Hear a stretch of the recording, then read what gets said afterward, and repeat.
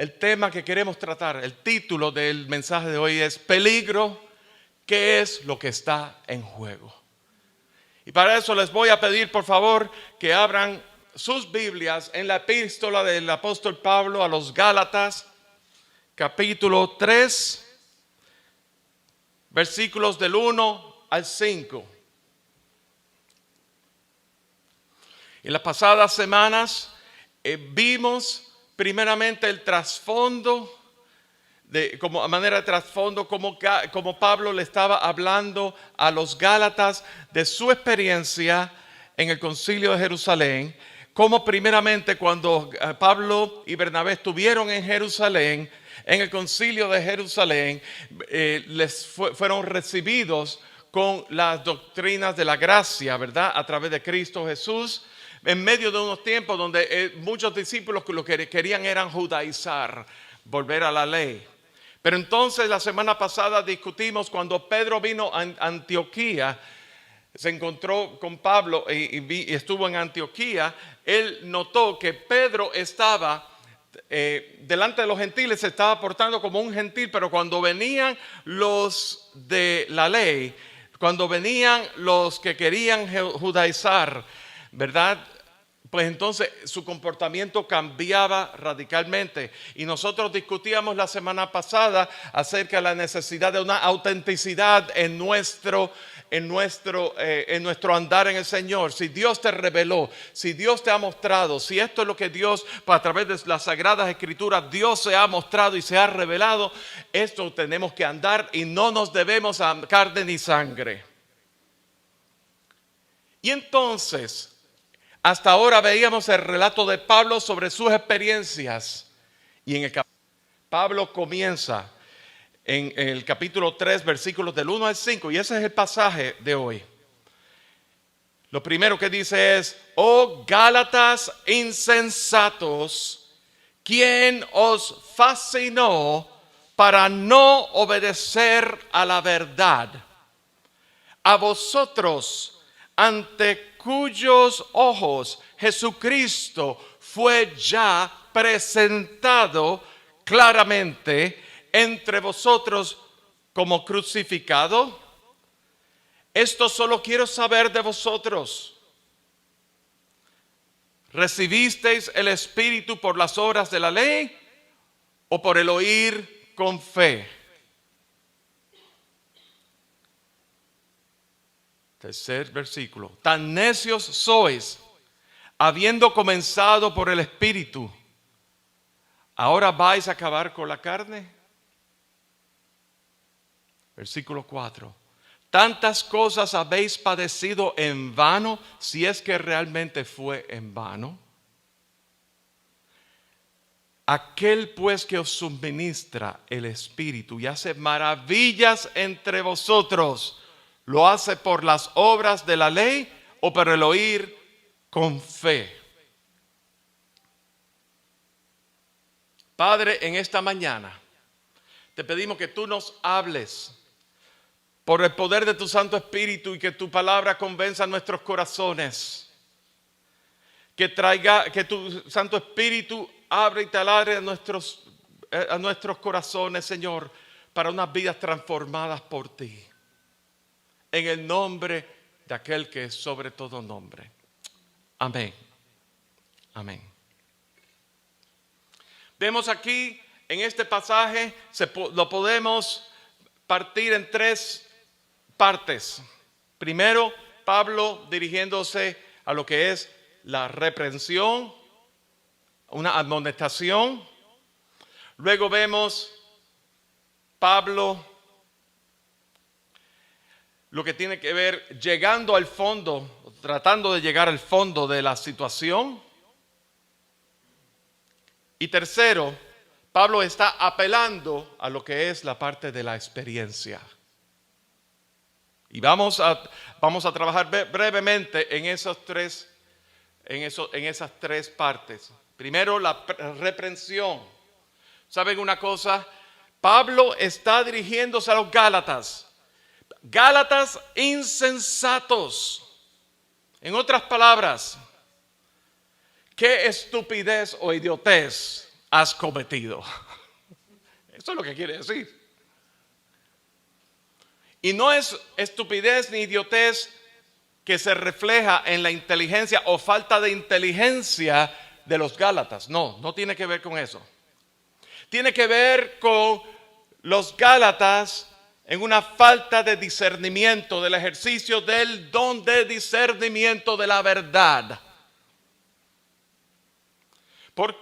¿Cómo podemos saber eso? Porque lo próximo que dice es, en el mismo versículo 1, a vosotros ante cuyos ojos Jesucristo ya fue presentado claramente entre vosotros como crucificado. En otras palabras, ustedes han sido enseñados.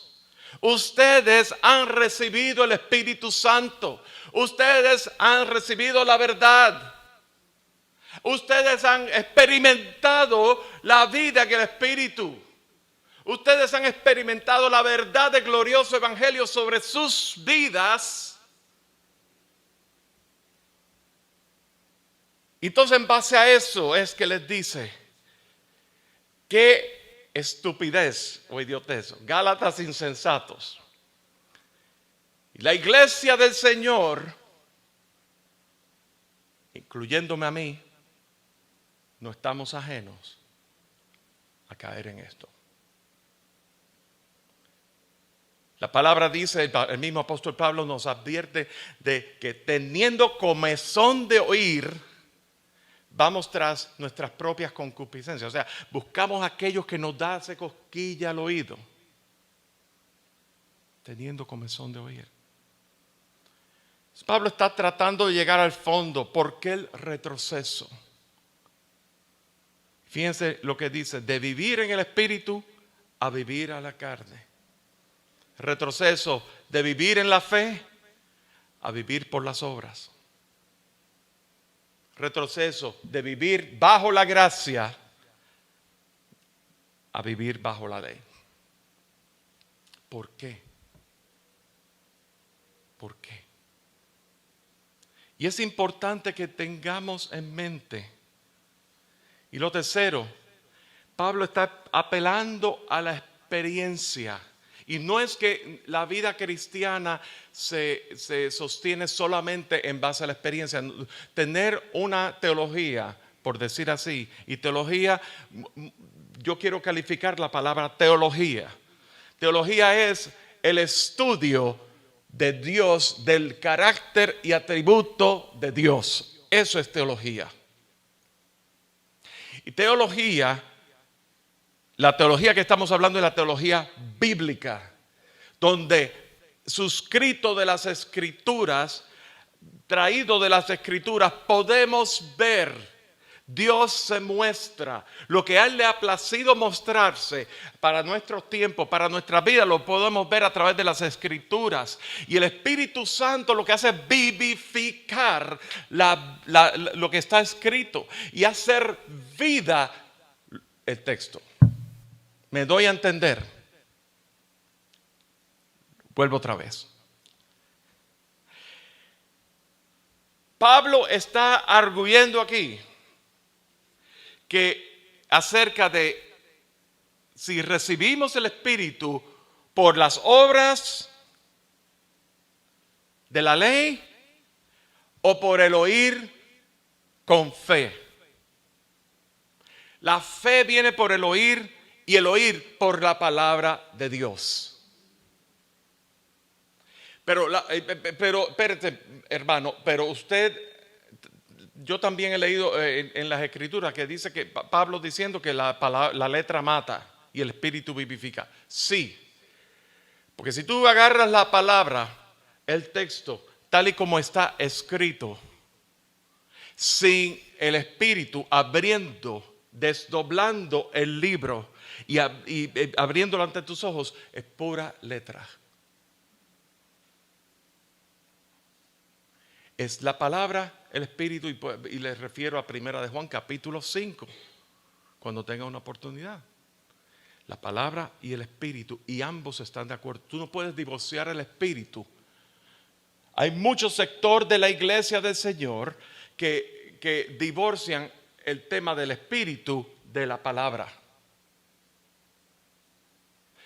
Toman la palabra y obvian el Espíritu, obvian la obra del Espíritu Santo, o limitan la obra del Espíritu Santo hacia unas cosas de acuerdo a sus creencias. Pero por el otro lado también hay pueblo de Dios que apela a la parte afectiva, apela a la parte de la experiencia, obviando la verdad que está en las Escrituras. Y ambas son un grave error, porque ambas nos pueden llevar a herejía. Una nos puede llevar al legalismo, otra nos puede llevar a herejía. Y yo les quiero decir que a qué es la palabra que el Señor nos está trayendo en esta mañana es peligro, qué es lo que está en juego. La palabra la escuchamos, la palabra la leemos y el Espíritu Santo causa vida, desdobla la palabra, hace que la letra, las líneas, la palabra broten del texto y hablen directamente a nuestro corazón y nos dan dirección y nos dan un sentido de lo que es instrucción y nos dan amonestación, porque hay cosas que nos confrontan, la misma palabra nos confronta. Pero ese es el Espíritu Santo obrando en medio de la palabra. Entonces Pablo está apelando a la vida, decía que la parte de la experiencia no podemos divorciarla de la parte de la palabra, ¿verdad? Primero Pablo apelaba a que ya ustedes habían sido enseñados, y ahora la tercera parte, y lo vemos aquí en el versículo 4, tantas cosas habéis padecido en vano, si es que realmente fue en vano. Pablo está aquí apelando a ese tiempo que él pasó con ellos, enseñándoles. Ese tiempo que sufrieron, porque aunque no hay evidencia de que los Gálatas fueron perseguidos, es muy probable que sí fueron perseguidos. Y entonces, en vano, si es que realmente fue en vano, esa frase a mí me dice mucho, yo no sé ustedes. Si es que realmente fue en vano. Primero Pablo dice, es que habéis padecido en vano, habéis padecido en vano, si es que realmente fue en vano. ¿Saben una cosa? Eso a mí me habla de esperanza. Eso a mí me habla de, por más grave que sea la situación de que los Gálatas se habían contaminado con doctrina falsa, Pablo había una vislumbre de esperanza en medio de esa iglesia a través de la intervención de Dios con su iglesia. Hace muchos años, en mi vida personal, estando en medio del servicio al Señor, yo experimenté sobre mí mismo un cambio doctrinal que estuve a punto de renegar la fe. Yo tenía a mi esposa orando por mí en todo tiempo, orando incesantemente por mí, porque había afectado relaciones, mi relación, mi casa, había afectado mi carácter, había puesto un montón de cosas, pero yo tenía mis ojos puestos en una meta que no era la meta de Dios sobre mi vida.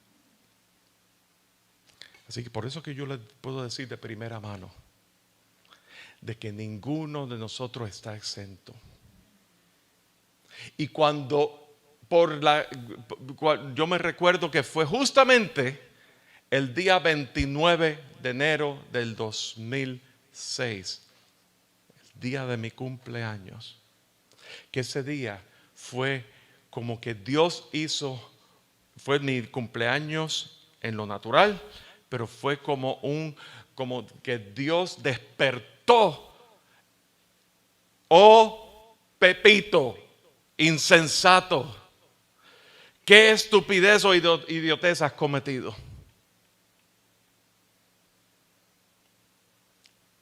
Y yo les puedo decir que hoy día como dice Pablo, no es que lo haya alcanzado ya, pero hoy día soy fruto del Dios que redime, el Dios en que está la esperanza, el Dios cuya verdad me hizo libre en ese momento. Y lo que causó fue, y me pasó una cosa, y esto fue estando en la Florida, ¿verdad? Dios me puso con hombres y mujeres de Dios, pero hombres en la iglesia que nos precedía es mayormente mujeres y especialmente en el liderazgo, ¿verdad?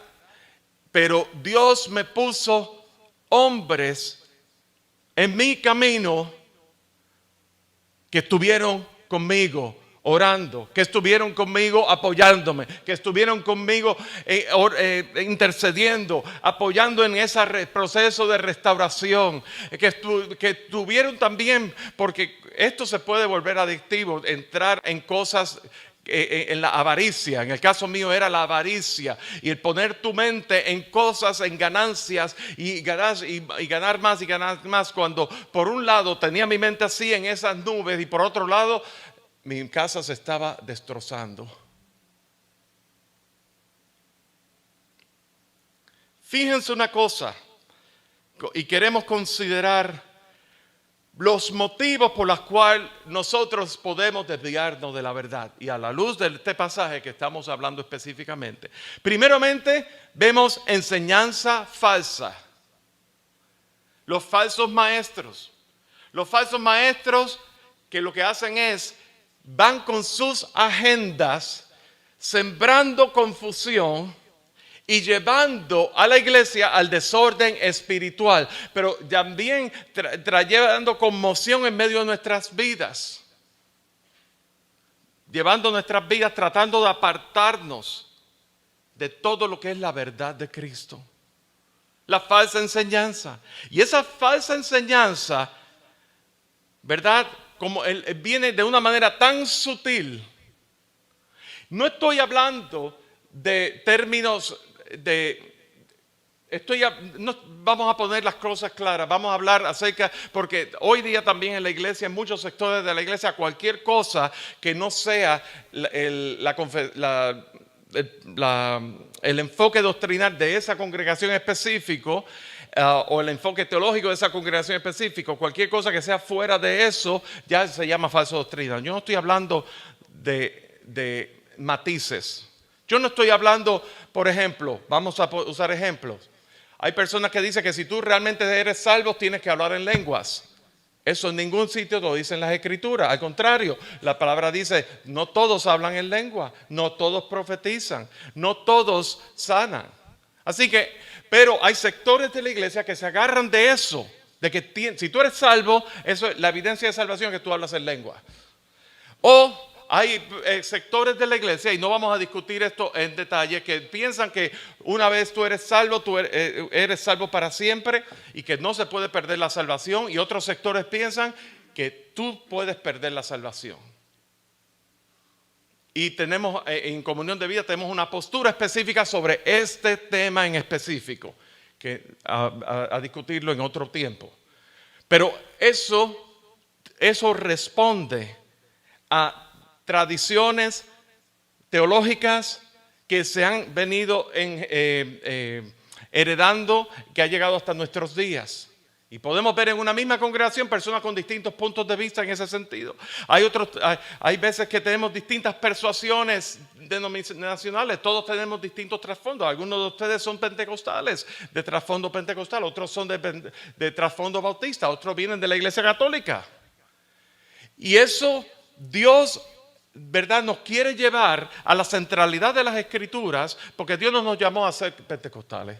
Dios no nos llamó a ser bautistas, Dios no nos llamó a ser metodistas, ni católicos romanos, ni católicos, lo que se llama universal, como lo de la reforma, nada de eso. Dios nos llamó a estar en Cristo Jesús y basado en las escrituras. Y en Comunión de Vida nuestro enfoque es una iglesia lo que diga las escrituras. Por eso la predicación expositiva es tan importante. Pero la enseñanza falsa Eso es o sea, que no confundamos enseñanza falsa con esos matices de trasfondos, de tradiciones. La enseñanza falsa tiene que ver con los temas que son fundamentales del cristianismo. ¿Es Cristo el único mediador entre Dios y los hombres? ¿Es el sacrificio de Cristo Jesús suficiente para que tú y yo seamos redimidos y entremos en relación con Dios? ¿O tenemos que añadir obras? Que esto exactamente es lo que se está tratando aquí, en lo que Pablo le está tratando con los Gálatas. Y si ustedes ven, hay tradiciones que se llaman cristianas, dentro de los cuales hay muchas personas que son cristianos, pero la institución sugiere que sí es la fe en Cristo, pero las obras y los sacramentos, todo eso es el conjunto para que tú seas salvo. Y todo comienza cuando tú te bautizas desde bebé. Tú eres cristiano cuando te bautizas de bebé. Esas son cosas fundamentales. La Biblia es la palabra de Dios, o la Biblia contiene la palabra de Dios inspirada por el Espíritu Santo a muchos hombres durante siglos y dispensaciones, ¿verdad? Y todas esas cosas, pero es la uniformidad de la palabra de Dios está ahí, y Dios utiliza vidas humanas, la debilidad de vidas humanas, algunos de ellos educados, otros de ellos no tan educados, para Dios revelarse por medio de la palabra. ¿Es eso? La palabra de Dios. No es solamente un libro que contiene la palabra de Dios. Eso es tema fundamental de lo que estamos hablando. Y cualquier cosa que sea en contra de esos temas fundamentales, nosotros estamos cayendo en enseñanza falsa. Si tú oyes decir que todos los caminos te llevan a Dios, estás enseñando politeísmo. Estás enseñando un tipo de paganismo. Porque entonces tú escoges. Si tú dices que el Ser Supremo vive en ti y somos uno con el universo, y el universo es en mí, y por lo tanto yo soy un pequeño Dios, tú estás hablando de panteísmo, y eso es enseñanza falsa. Y hay que ver cuántas personas en la iglesia han abrazado el panteísmo sin saberlo. Cuando un cristiano habla de la palabra karma, tú estás hablando de cosas que tienen que ver con el panteísmo. La Biblia no habla nada de karma. El karma te dice a ti, las cosas vienen a ti según tú te las mereces. Tú das y las cosas regresan a ti como un boomerang, como tú te las mereces. Pero Dios dice, las cosas vienen a ti, la gracia de Dios viene a ti sin tú merecerlo. Mi amor es tan grande que te perdona, te acepta tal y como tú eres, te perdona, te restaura, te levanta, sin tú merecerlo. Estando muertos en nuestros delitos y pecados, Él nos dio vida. Entonces, decir desde un púlpito, lo cual yo he escuchado sin número de ocasiones acerca del karma, es entrar en enseñanza falsa. No te oigo.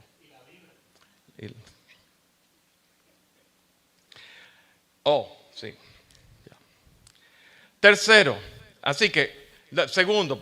hablamos de la enseñanza falsa. Segundo, motivo para desviarse de la verdad. Y esto es lo que Pablo dirigió aquí. Fascinación con la enseñanza falsa. Fascinación, ¿sabe lo que significa fascinación? No es ese vals que se canta en la boda, que yo me fascino cuando estoy con la mujer de mi vida y cuando la veo, y ahora que se recortó el pelo más todavía, me causa una fascinación. No es esa fascinación.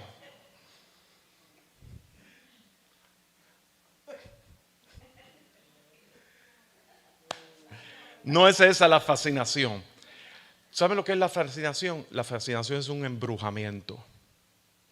La fascinación es Cuando alguien le echa un mal de ojo a otra persona, le lanza un hechizo y esa persona queda en un letargo así, queda como hipnotizado, por decir así, y hechizado por un poder irresistible. Eso es lo que es fascinación. Y Pablo está diciendo, ¿quién os fascinó a ustedes? ¿Quién los embrujó a ustedes? ¿Quién les tiró un hechizo a ustedes?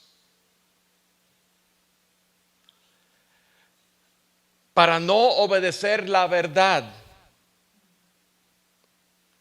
¿Saben una cosa? Cuando nosotros escuchamos falsa doctrina, falsos maestros, y yo con esto quiero traer, ¿verdad? Como coyuntura, nosotros como cristianos tenemos que saber y discernir. Y si no sabemos discernir, Dios nos ha puesto un cuerpo. Dios nos ha puesto un cuerpo un cuerpo pastoral. Y tenemos la dicha que en esta iglesia, por ejemplo, ¿verdad? No somos la única iglesia y no somos la única iglesia que estamos predicando la palabra de Dios. Quiero traer eso, pero tenemos la dicha que tenemos un equipo ministerial que no se compone por José Vaz solamente, sino que se compone por 3 hermanos que en sus diferentes matices, en sus diferentes edades.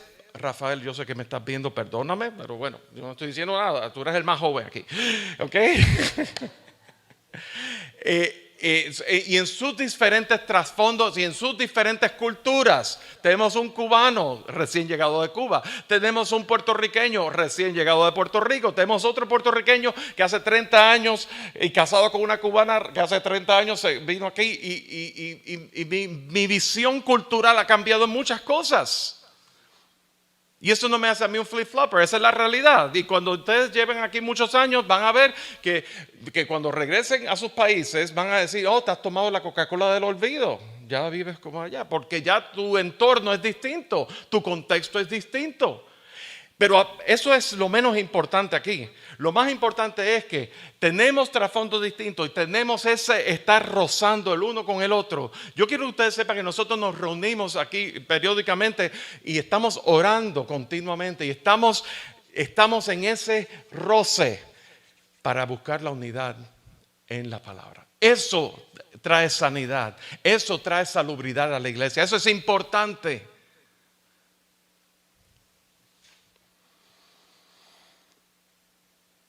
Y yo estoy tan agradecido al Señor porque Dios, la palabra es ¿verdad? La palabra, no estamos donde queremos estar, quizás, pero la palabra es constante. Esa fascinación con la enseñanza falsa, pero aún más ocurre dentro de la iglesia. El pensar que el evangelio es obsoleto, que no se acomoda a los tiempos, que eso era para antes, pero eso no es ahora. Eso ocurrió, hubo un tiempo en la Edad Media donde la mentalidad era altamente teológica, y luego vino el tiempo de la iluminación, donde hubo grandes avances científicos, donde ya la fe tomó precedente sobre la fe.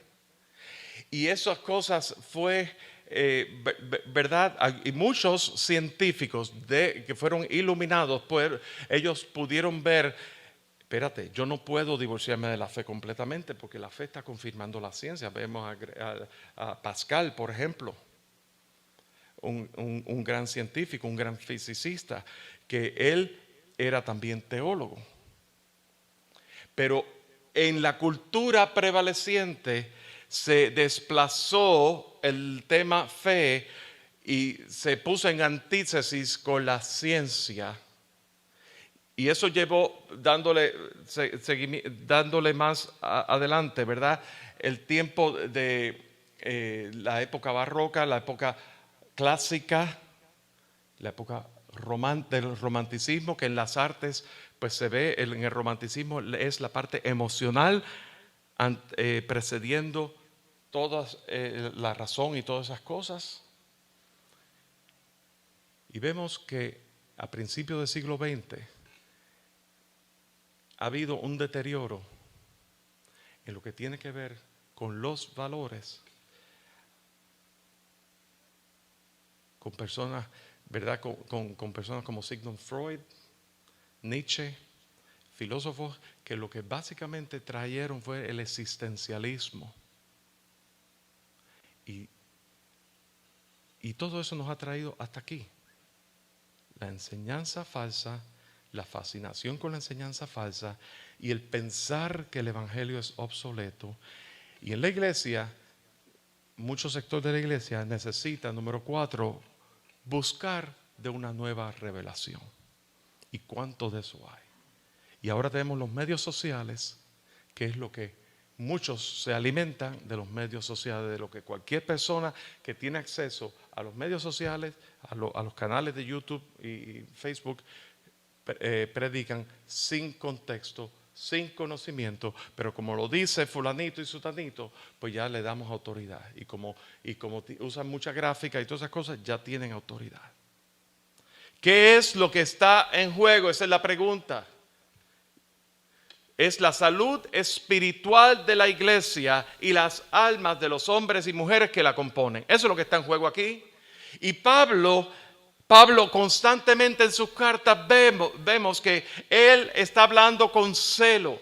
2 Corintios 11, 2 al 3, lo pueden ver en sus pantallas, dice: porque os celo con celo de Dios, pues os he desposado como un solo esposo para presentaros como una virgen pura a Cristo.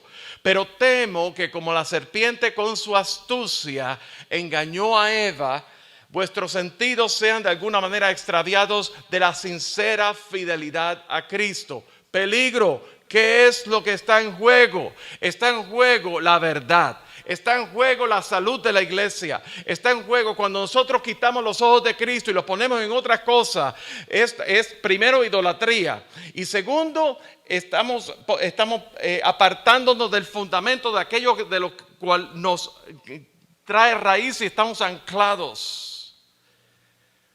Tenemos que ver y tenemos que discernir cómo el mundo ve la verdad. ¿Cuál es la visión del mundo de la verdad? Hay quienes dicen, el escéptico dice, no hay verdad. O dicen, no podemos saber la verdad. O toda verdad es relativa. O otra cosa que dice, verdad para ti, pero no para mí. O sea, aquello que dice, mi verdad y tu verdad.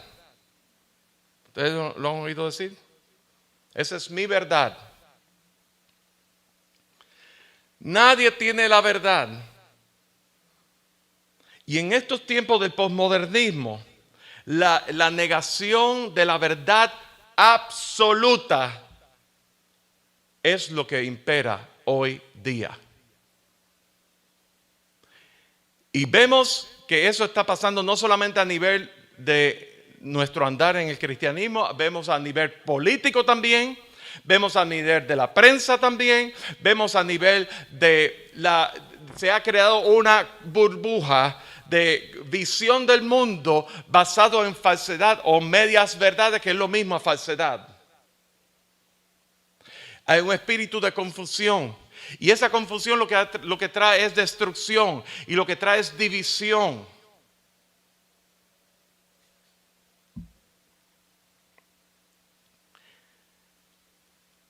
Primera de Juan, capítulo 5, versículo 20.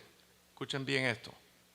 Pero nosotros, los que hemos nacido de nuevo, los que tenemos a Cristo Jesús como Señor y Salvador, hemos puesto nuestra fe en Cristo Jesús, dice, sabemos que el Hijo de Dios ha venido y nos ha dado entendimiento para conocer al que es verdadero.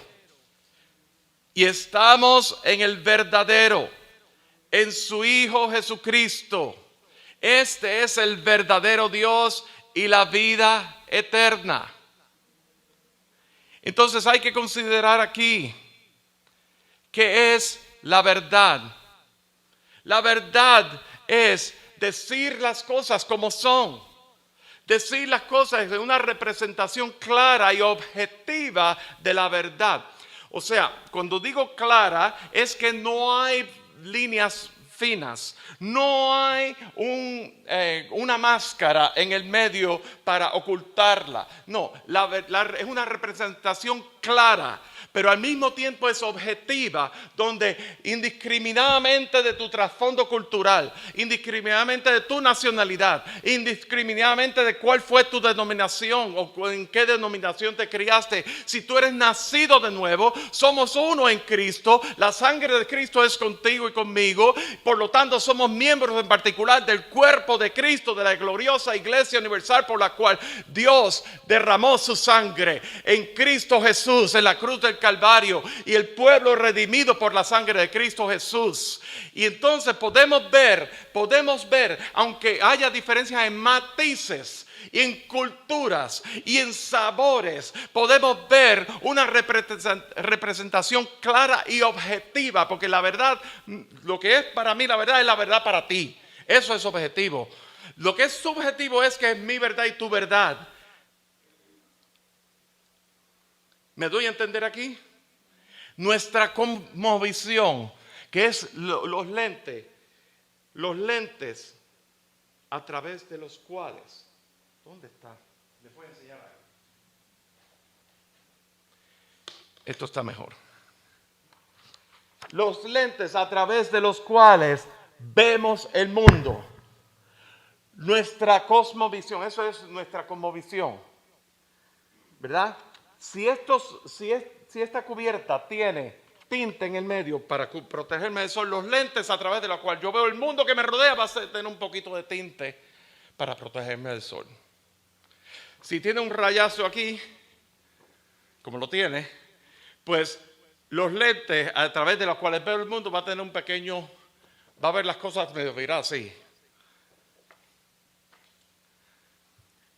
La cosmovisión es los ojos a través de los cuales vemos el mundo. Y nuestra cosmovisión es lo que va a determinar nuestra opinión. Y nuestra opinión es lo que va de aquí, viene aquí. Y nuestra opinión nos va, cuando toma raíz, eso es lo que nos va a fascinar nuestra propia opinión. Y en esa opinión va a exacerbar emociones cuando escuchamos personas que piensan distinto a nosotros. Y va a haber hostilidad. Y quiero que sepan, en el mundo en que vivimos va a haber mayor hostilidad contra la verdad del Evangelio. Porque si partimos de la premisa de que no hay verdad, o no se puede, nadie tiene la verdad, entonces ya eso es una premisa que está errada, pero que ha tomado raíz en las vidas, en la cultura presente. Y nosotros tenemos que partir de la premisa que primero que nada, la verdad es absoluta para toda persona, en todo tiempo, en todo lugar. La verdad es absoluta para toda persona, en todo tiempo, en todo lugar. Dios quiere que todos los hombres lleguen al conocimiento de Dios por medio de Jesucristo. Eso es una verdad absoluta. Jesús dijo: yo soy el camino, la verdad y la vida. Nadie viene al Padre si no es por mí. Eso es bastante exclusivo, ¿verdad? Y por eso nos acusan a los cristianos de ser exclusivistas. Bueno, el Evangelio es exclusivo. Porque de tal manera amó Dios al mundo. Eso es lo que hace diferente. Amó Dios al mundo con un amor ágape, sacrificial, sin buscar nada a cambio, que dio a su Hijo unigénito para que todo aquel que en Él cree no se pierda, mas tenga vida eterna.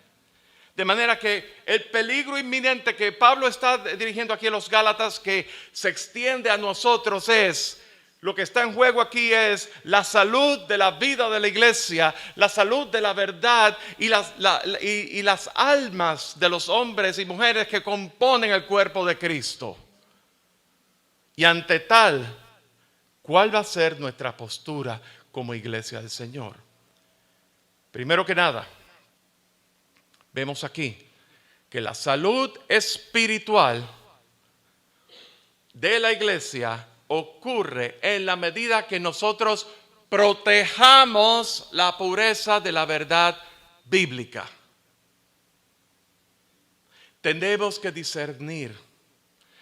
Nuestro estandarte es las Escrituras. Tenemos que proteger lo que nosotros, de qué nos estamos alimentando. Tenemos que ver el mundo que nos rodea a la luz de las Escrituras como un mundo que está caído por el pecado y que la única esperanza es Cristo Jesús. El mundo no lo quiere ver. El mismo Jesús, la palabra dice en Juan capítulo 1, a los suyos vino y los suyos no le recibieron, mas a los que le recibieron les dio potestad de ser llamados hijos de Dios. Primera de Pedro 5, 8, 9 dice: sed sobrios y velad, porque vuestro adversario, el diablo, como león rugiente, anda alrededor buscando a quien devorar, al cual resistid firmes en la fe, sabiendo que los mismos padecimientos se van cumpliendo en vuestros hermanos en todo el mundo. Quiero que sepan, quiero recordarle que usted no está solo. Tú no estás solo.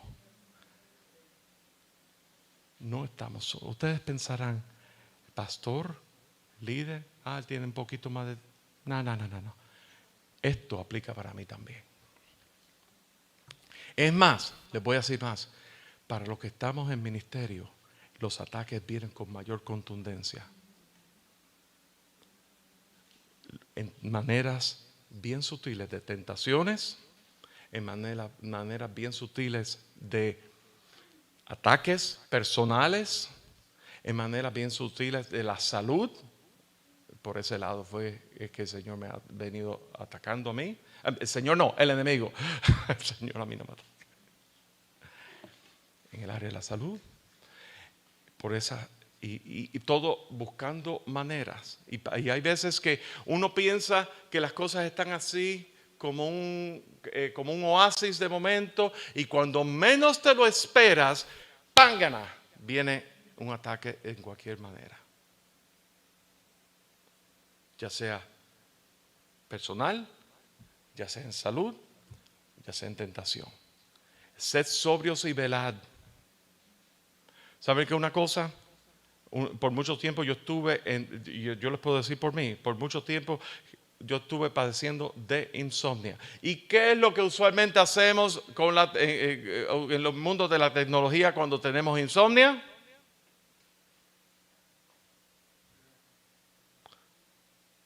O el televisor, o la computadora, todas esas cosas. Y entonces, ¿qué es lo que se enseña a ese tipo de horas tarde en la noche? O te enseña o los infomercials para que tú empieces a gastar dinero, a usar la tarjeta de crédito, o cosas de material de adulto que está en así, tentación. ¿Y saben qué? A mí, lo que Dios me ha puesto a mí es a orar, a estar en la palabra, llenarme de la palabra, hasta que concilie el sueño. ¿Ve? Eso es mi experiencia. Ser sobrios y velad. Tenemos que saber de qué nos estamos alimentando.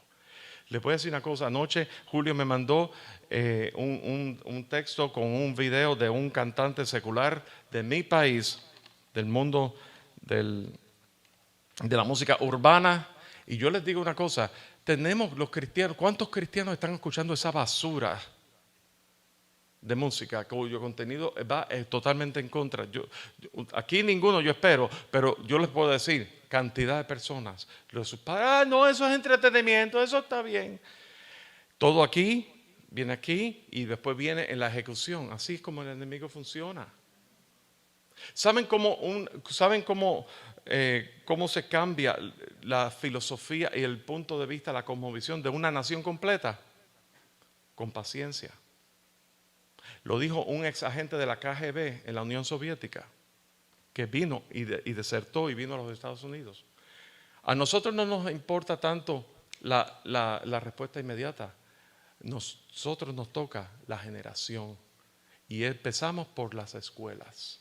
Empezamos por la cosmovisión que empezamos a infiltrar en las escuelas. Así es como vamos a cambiar una cultura. Y yo fui maestro de escuela pública y yo sé lo que se enseña en las escuelas públicas. Y cuando ya tú ves en los libros de texto de tercer grado, la idea de la familia, de dos papás, dos mamás, como algo normal que se enseña, eso por ahí comienza. Porque tradicionalmente, históricamente, toda civilización cae en caos cuando la familia, el núcleo de la familia se desbanda. A eso el mundo le llama fundamentalismo. Y por eso el evangelio es obsoleto. Y por eso los cristianos somos unos fanáticos religiosos. Todo ese tipo de cosas. Pero la fe no es una ilusión ni una alucinación. No. La fe es una persona en Cristo Jesús. La fe es un don de Dios. Dios te ha dado una medida del don de la fe. Y que en base a creerle a Dios primeramente, parte de creerle a Dios, parte de poner nuestra confianza en la palabra de Dios.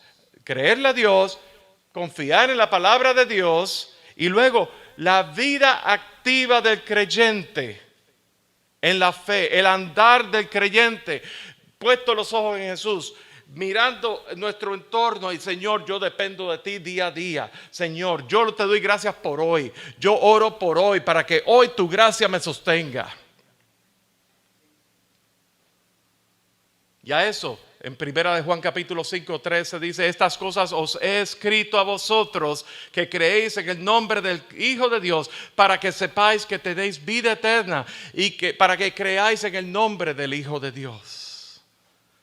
Número 2, peligro. ¿Qué es lo que está en juego?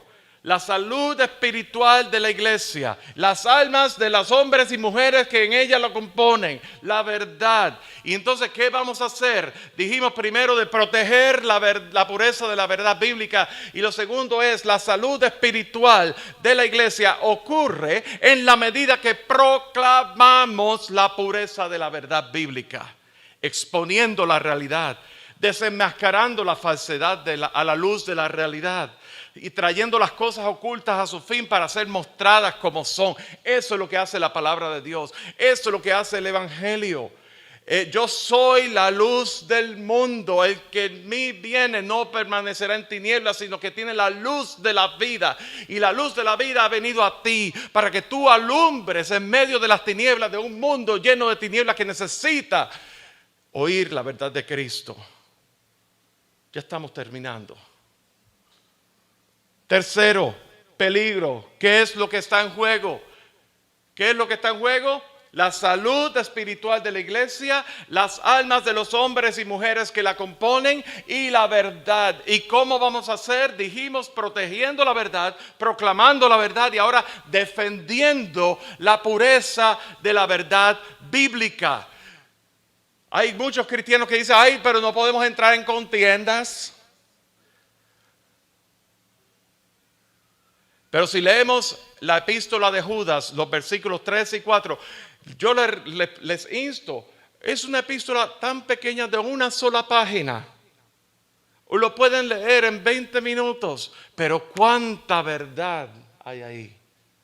Y fíjense lo que dicen en los versículos 3 y 4. Amados, por la gran solicitud que tenía de escribiros acerca de nuestra común salvación, la verdad objetiva, que fue el glorioso evangelio de Cristo Jesús, que es lo que nos une, que es nuestra coyuntura. Me ha sido necesario escribiros exhortándoos que contendáis ardientemente por la fe que ha sido una vez dada a los santos, que contendáis ardientemente por la fe. Si usted escucha a través de la radio, televisión, los medios, la computadora, el internet, los teléfonos, un familiar, un amigo, alguien diciendo algo en contra de la verdad bíblica y no le causa a usted dolor y celo, quizá usted no es salvo. Usted debería considerar su postura, su relación con Dios.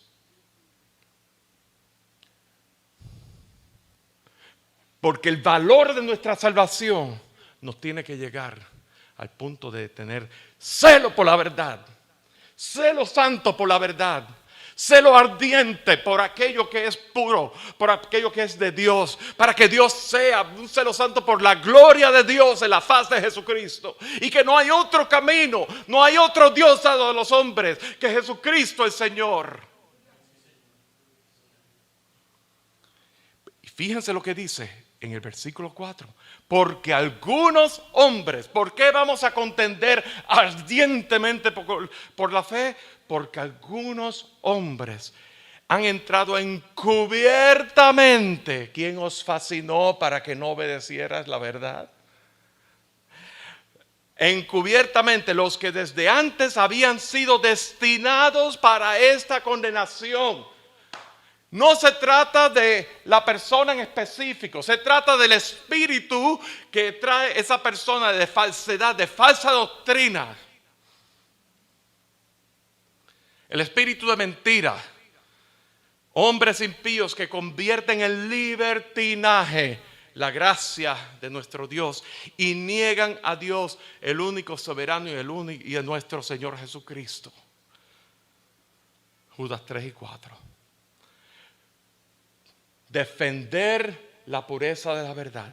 Pero en 1 de Pedro capítulo 3, versículos 13 y 15, dice: ¿y quién es aquel que os podrá hacer daño? Si vosotros seguís el bien, mas también si alguna cosa padecéis por causa de la justicia, bienaventurados sois. Si usted está en el camino, si usted está haciendo el bien, y si usted está en Cristo, y tú padeces injusticia, bienaventurado eres. Por tanto, no os amedrentéis por el temor de ellos, ni os conturbéis, sino santificad al Señor, a Dios el Señor en vuestros corazones. Y ahora es que está la parte clave. Y estad siempre preparados para presentar defensa con mansedumbre y reverencia ante todo el que os demande razón de la esperanza que hay en vosotros. Nos van a preguntar, algunos van a preguntar para ver si tú caes en el anzuelo de ellos, para que ellos te puedan poner, estar preparado para presentar siempre defensa. Presentar defensa viene de la palabra apología. De ahí es que viene lo que se llama apologética, que es la defensa de la fe. Que os demande razón de la esperanza que hay en vosotros. Cristo en nosotros la esperanza de gloria. En esperanza contra esperanza. Nosotros caminamos mirando con nuestros ojos al invisible, poniendo nuestra mirada en el invisible, pero sabiendo que Él es invisible a Dios. Nadie le vio jamás. El unigénito Hijo de Dios, le ha dado a conocer. Y eso es fe. Cuando tú puedes dar defensa de tu fe. Regresando a 1 de Juan capítulo 5, versículos 20 y 21, el cual leímos. Pero aquí tengo unas anotaciones para aquellos que ponen en duda de la divinidad de Cristo. ¿Dónde en la Biblia dice que Jesús es Dios? Vamos a verlo. Pero sabemos que el Hijo de Dios ha venido y nos ha dado entendimiento para conocer al que es verdadero. Yo soy el camino, la verdad y la vida. Nadie viene al Padre si no es por mí. Yo soy el camino, la verdad y la vida. Y lo próximo, nadie viene al Padre. Dios vino a dar a conocer al Padre para que nosotros pudiéramos entrar en esa relación directa. Jesús vino y con su muerte ¿verdad? Él dijo, consumado es. Y cuando fue eso consumado, el velo tembló, la tierra tembló y el velo fue rasgado. Y ahora, en virtud del sacrificio de Cristo Jesús, por su sangre preciosa, el camino hacia el lugar santísimo fue abierto. Y ahora todos nosotros, Jesús se presentó como sumo sacerdote. Se presentó primero como cordero, como ofrenda voluntaria, mansa, delante del Padre, el cordero inmolado, destinado desde antes de la fundación del mundo, pero al mismo tiempo se presentó como sumo sacerdote, intercediendo delante del Padre por nosotros. Yo y los hijos que tú me has dado, Señor, que entren para que nosotros podamos entrar en esa relación con Cristo, con Dios, en la persona de Cristo Jesús, y podamos adorarle, y podamos tener la libertad en el Espíritu, y podamos regocijarnos en la presencia, en la comunión íntima con Dios a través de Cristo Jesús. Pero fíjense una cosa, no se queda ahí. Y dice, y estamos en el verdadero. ¿Y quién es el verdadero? En su Hijo Jesucristo. El mismo Primera de Juan dice que Dios ha dado vida eterna y la vida eterna está en el Hijo. El que tiene el Hijo tiene la vida, el que no tiene el Hijo no tiene la vida. Estamos en el verdadero, amados. Y entonces, punto y seguido, la próxima oración dice, y es su Hijo Jesucristo, este es el verdadero, ¿qué dice? Dios y la vida eterna. Estamos en el verdadero. ¿Y cómo termina Primera de Juan? El último versículo de Primera de Juan. Hijitos, guardaos de los ídolos. Estamos en el verdadero. Estamos en Cristo Jesús. Cualquier reemplazo de la verdad del glorioso evangelio es idolatría. Y tú no te tienes que arrodillar detrás de un muñeco de la Iglesia Católica para tú ser idólatra. Tú solamente tienes que reemplazar la verdad de Dios revelada a través de las Escrituras en el Espíritu Santo, ¿verdad? Reemplazarla por tu propia verdad y ser fascinado por ella. Y eso es idolatría. Hermanos, quiero afirmarte que estamos en el verdadero. ¿Cuántos de ustedes lo creen así? ¿Cuántos de ustedes creen que Jesús es la única solución a tu vida? ¿Cuántos de ustedes lo creen concienzudamente en sus corazones? Esa fe va a ser probada, pero regocíjate porque Dios está contigo siempre y no te abandona en medio de tus pruebas. En Cristo Jesús tú estás completo. En Cristo Jesús tú puedes confiar que la obra que Él comenzó un día Él la ha de perfeccionar. En Cristo Jesús tu vida está escondida en Él. Y yo sé que me he extendido de tiempo. La buena noticia es que hoy no viene ningún grupo aquí en este salón, así que pues no podemos quedar hasta la 1 de la tarde.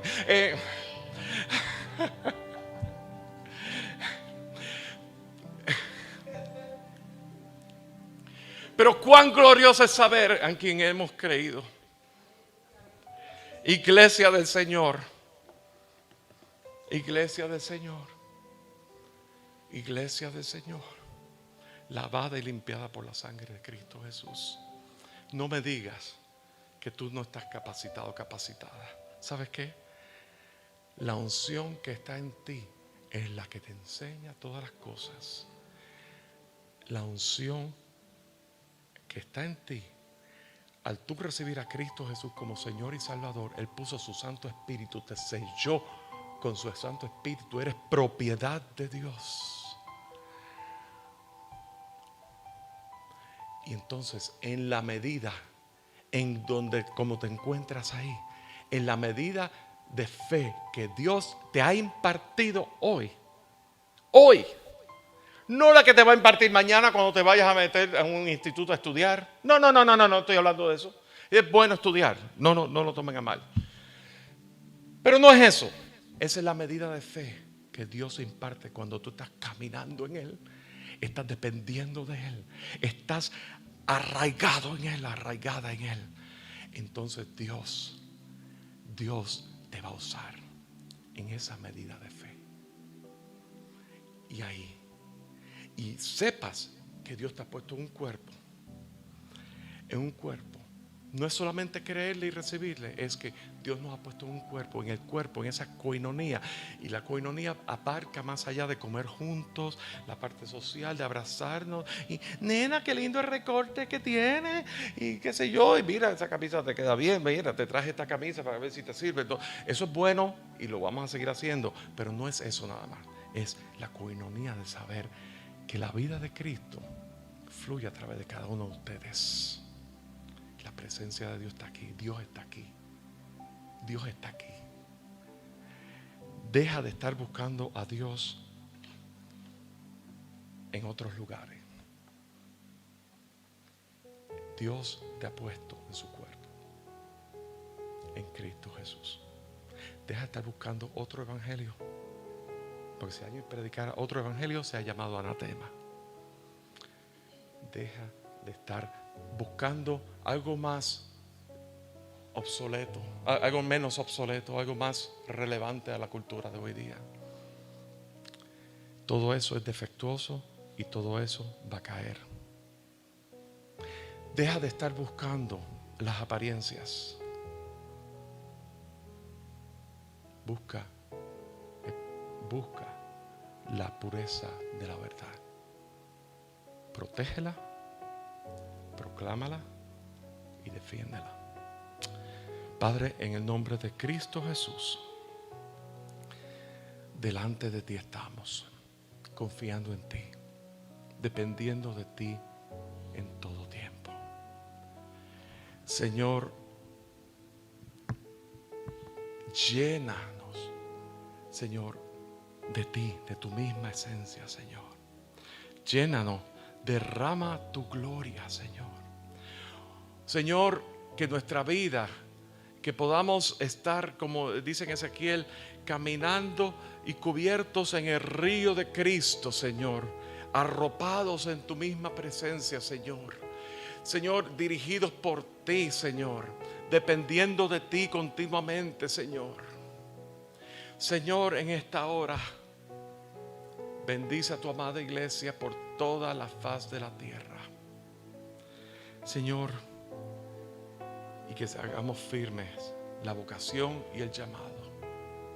Gracias, Señor, en el nombre de Cristo Jesús.